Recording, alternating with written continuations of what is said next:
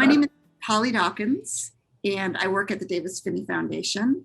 And it was probably 9 years ago that I had the pleasure of meeting with Steve Hovey.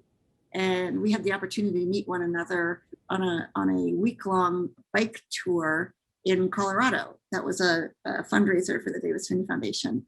And it was a fairly small group of us. So I got to know Steve pretty well. He taught me quite a bit about cycling, about cycling for Parkinson's. And then years later, I had the opportunity to meet Nancy. And I think of Steve and Nancy as really terrific examples of living well with Parkinson's. They're advocates, they are parents, they're grandparents, they work, they are business people, incredibly generous with their time, and really inspiring to look at how they have navigated living with Parkinson's for so many years and advocating. So I'd like to turn it over to Steve and Nancy, and you have the floor now. Okay, thank you very much. Like I said, we did a PowerPoint, but unfortunately, Nancy has a new computer, and I am not the most tech savvy person in the world, and I can't figure out how to get the darn. Plus, it's a Mac, and I'm a PC person, which makes it even worse. I can't get it up, so we'll fumble our way through it. But so good afternoon, everybody, and I want to thank you for coming in and listening to us, and also thank the Davis Phinney Foundation for giving us the opportunity to share my thoughts. When I was asked to lead this discussion, I thought, oh, sure, I'll just go pull up some old notes and brush them up and be good to go. But as I started doing my research and one thing led to another, and I went down one rabbit hole and ended up going down another. The next thing I knew, everything was changing, and it's a completely different discussion. And I realized how important advocacy is. So I'm going to try to cover, and Nancy and I are going to try to cover in 30 minutes what we could probably talk for hours about. So what does advocacy mean for yourself and from a Parkinson's perspective? Well, I think simply put, it's taking actionable steps to help enrich the lives and make the lives of other people, yourself and others with Parkinson's, better. You can do this by fundraising. You can do this by getting involved in local studies, clinical trials. You could do it as being a mentor, a teacher, instructor, or taking the time to lead in a Parkinson's support group. It's really the difference between being a patient or being an advocate for our Parkinson's cause. And and I understand that everybody's at a different place. So sometimes you can't get as involved as you like to, but just really doing what you can.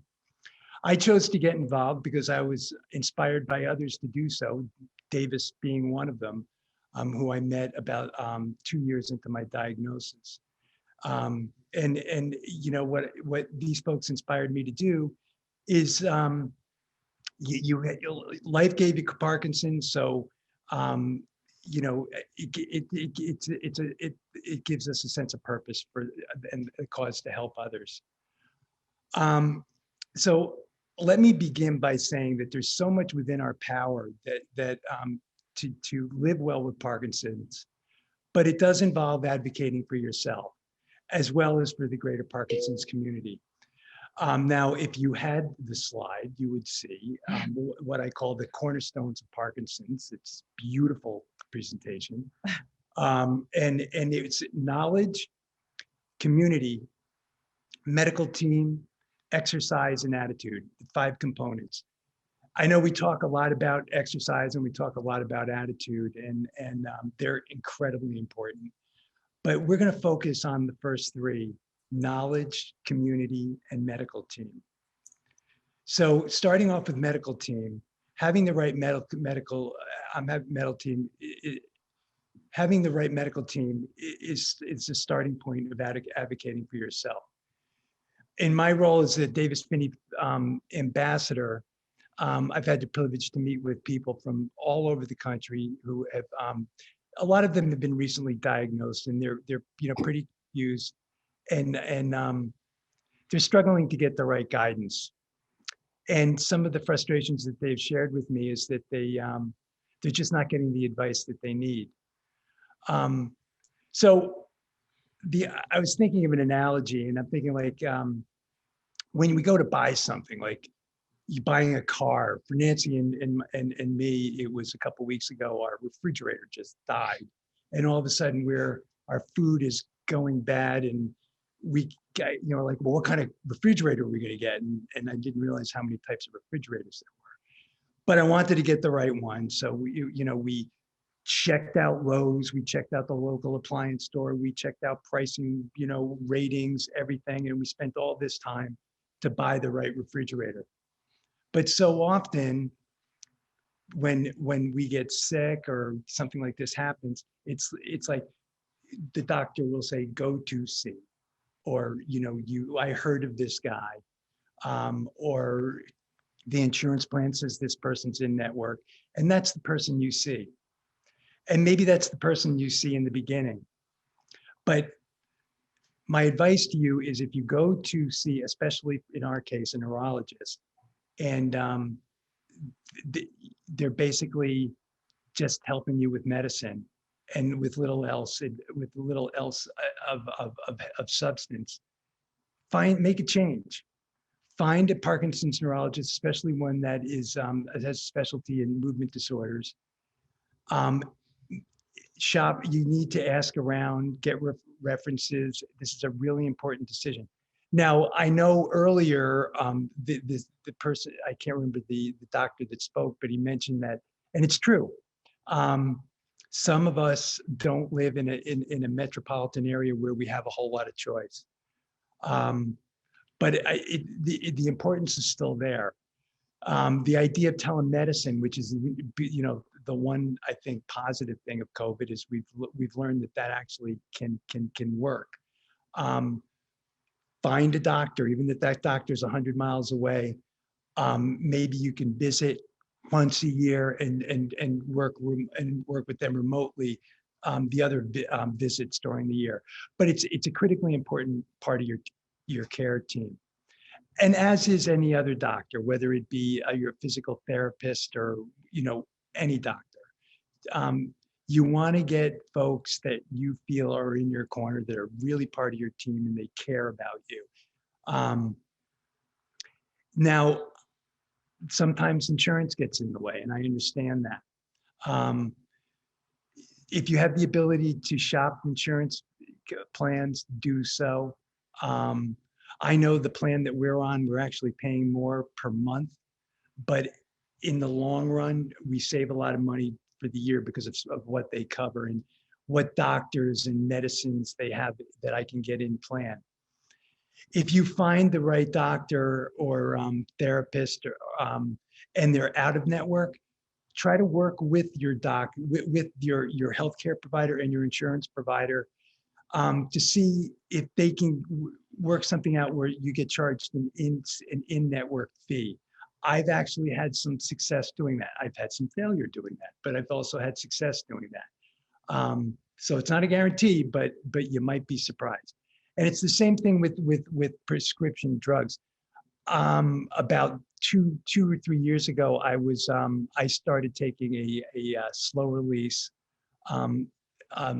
levodopa. It's Rytary, basically, and it works very, very well for me. But the copay was extremely high.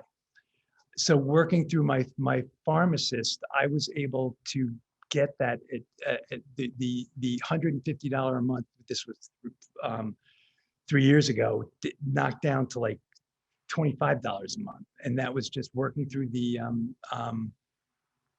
my pharmacist and going directly to Rytary.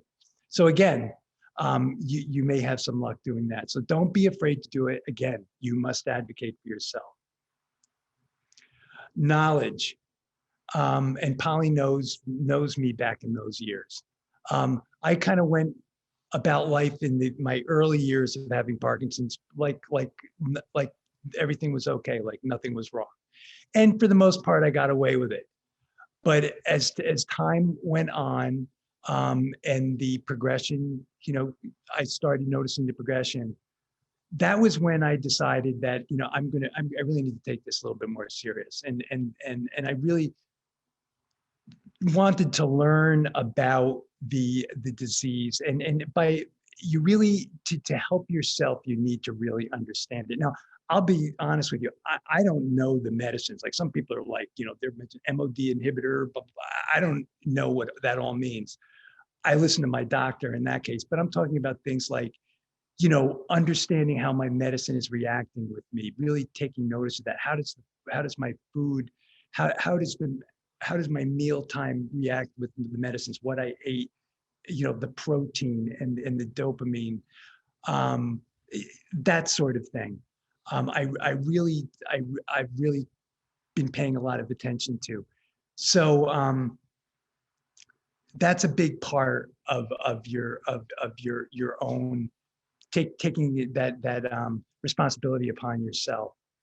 Um, Unfortunately, the slide that I had a lot of of our go-to websites for knowledge and for inspiration. And if that's of interest to you, let the Davis Phinney Foundation know, and I'll get those slides over to you.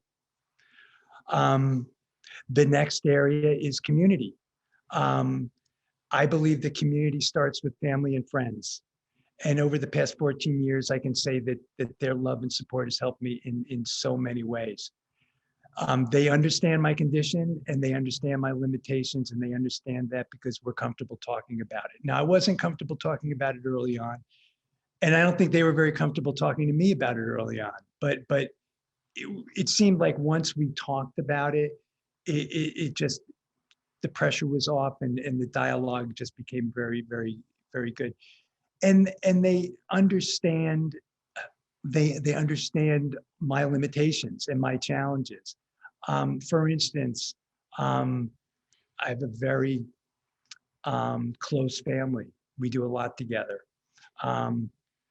If we're getting together, I'm going to be the first person to leave the gathering. I'm not a late night person, but I'm also the first person up in the morning.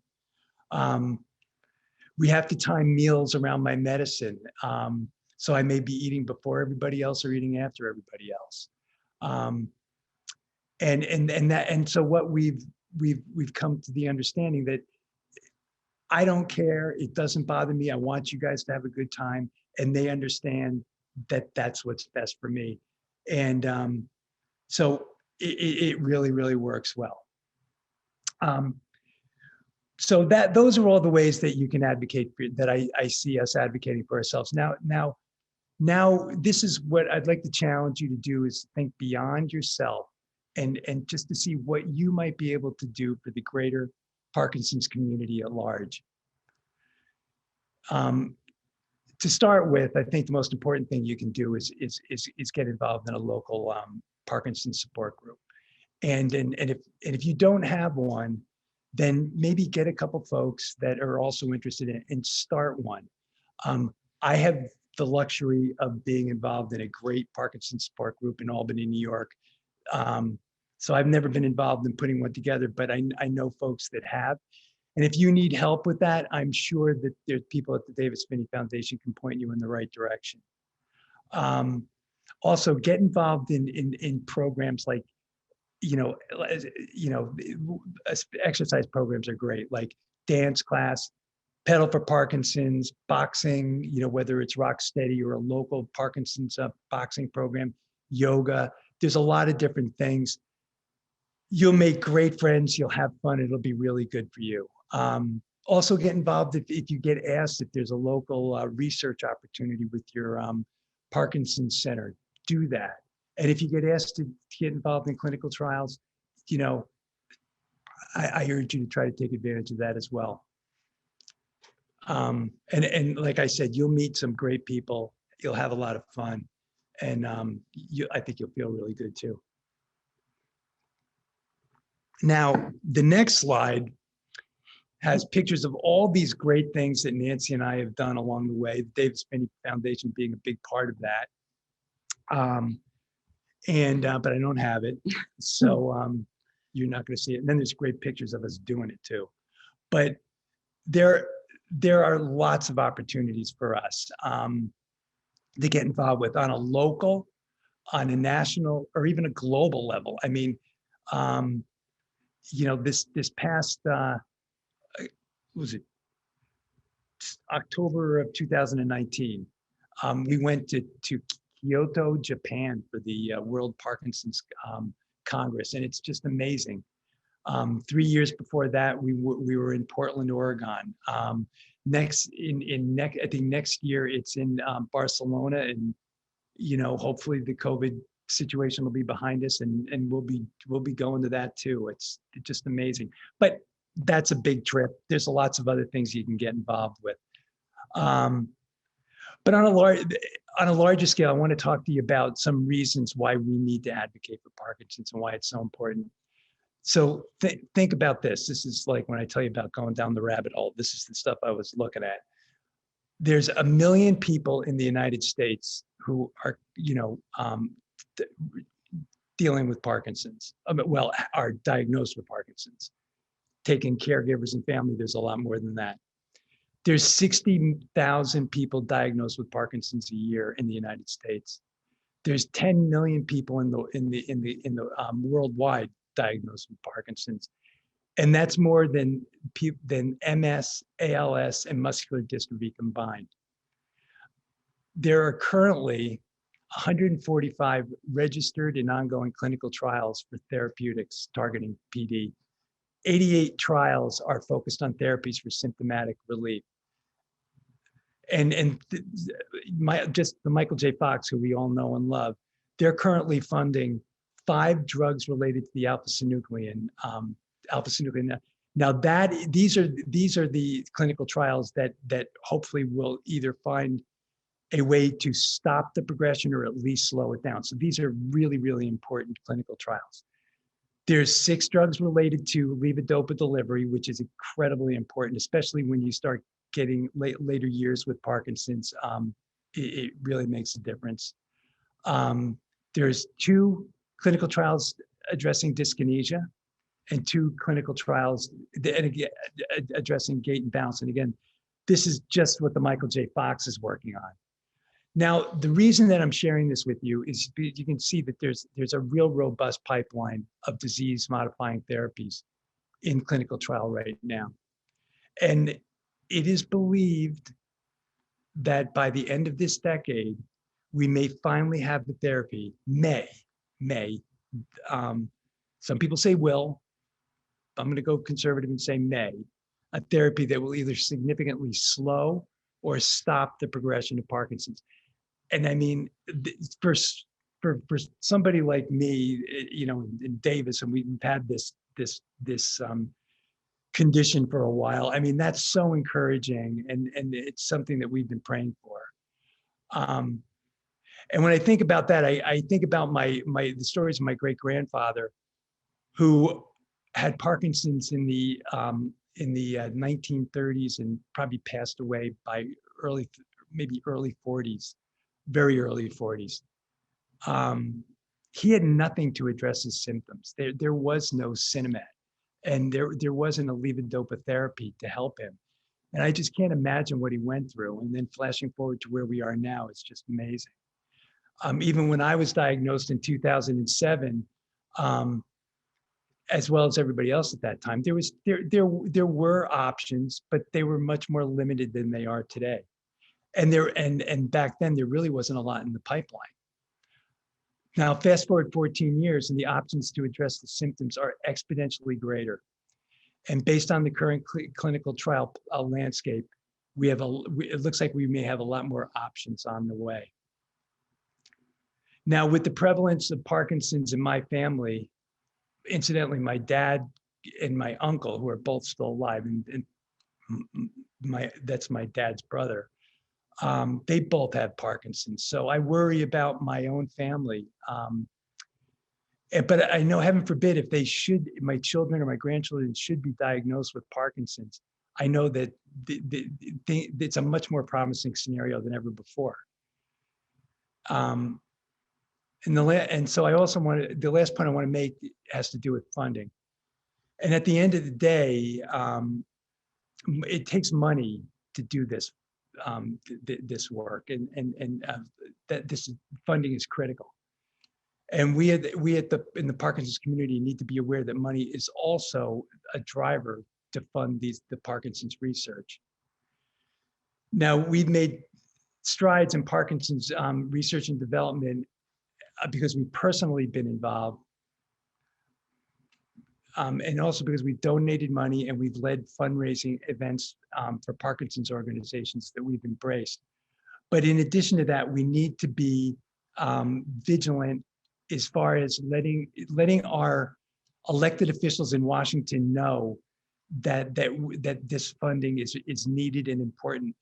For example, when we were down in Washington for the with the Michael J. Fox Foundation for a bunch of people from all over the country came, and we all met with our elected officials at the Capitol on one specific day. It was an amazing event, but it was also shortly after the Trump administration had come in, and they were looking at the budget, and there was a real concern that they were going to cut funding to the NIH. So they ended up not doing it. I don't know if it was because of our efforts or not. I'd like to think it was, but anyway, it is important, and we just really need to be very cognizant of that.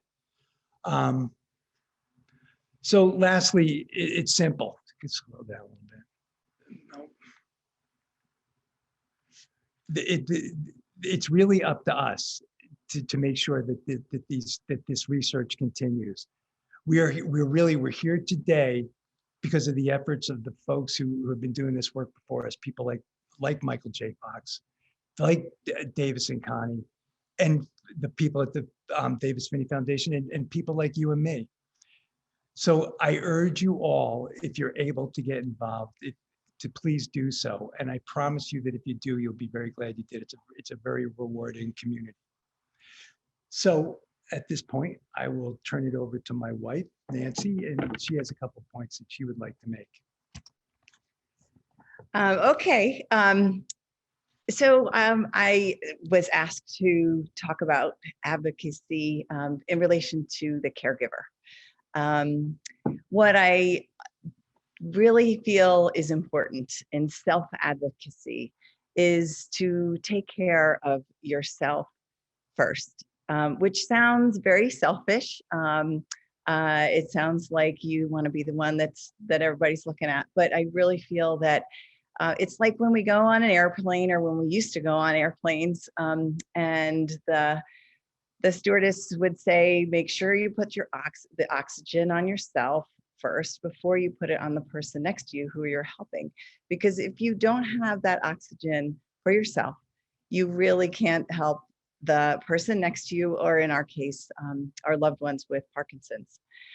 So I really find that if you can't remember anything else that I've said today, I think that's a really important thing to remember. Give yourself time, give yourself the pleasure of the activities that you enjoy, that make you happy. Whether that be, for me, I enjoy tennis. I love being with my grandchildren. And those kinds of things just make me feel strong and well.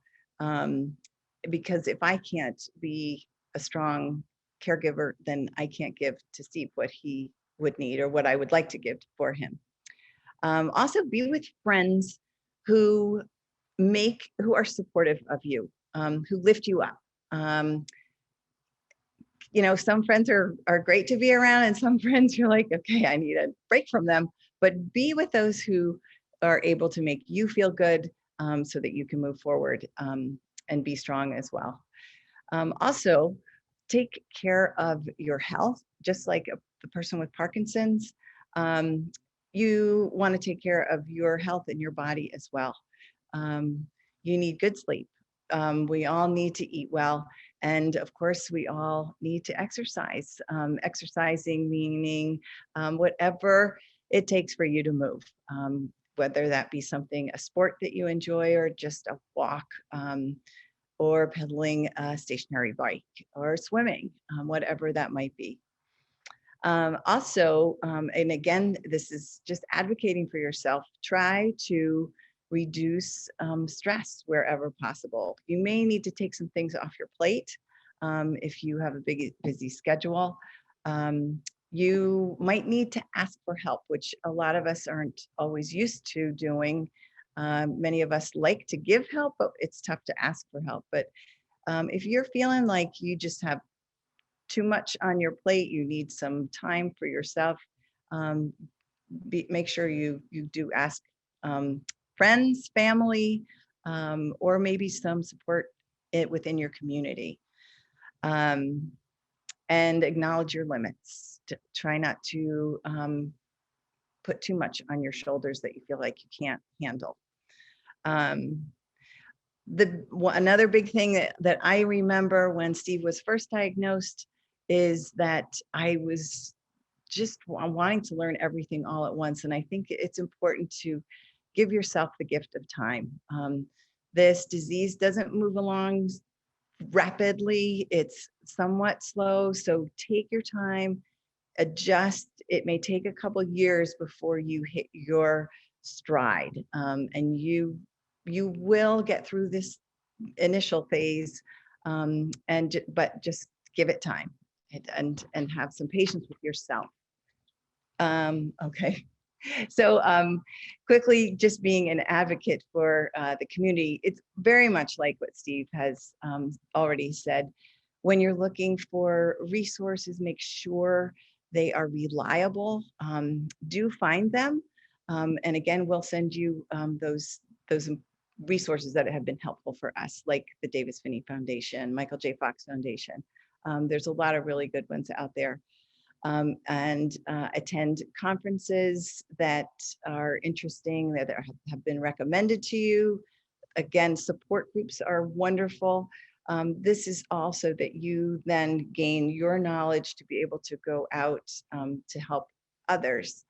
And when you are ready to get out and start to either participate in fundraising, clinical trials, maybe just lending in a shoulder to somebody that you've met through the Parkinson's group,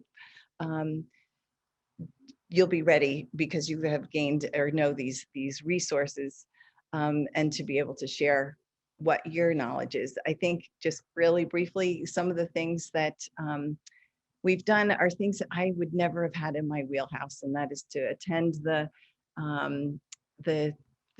event in Washington. I am not a political person, and for us to go there was really stepping out of the box for me, but doing it was really satisfying and enjoying. So just, we can't, again, choose this disease, but we can choose how to live with it.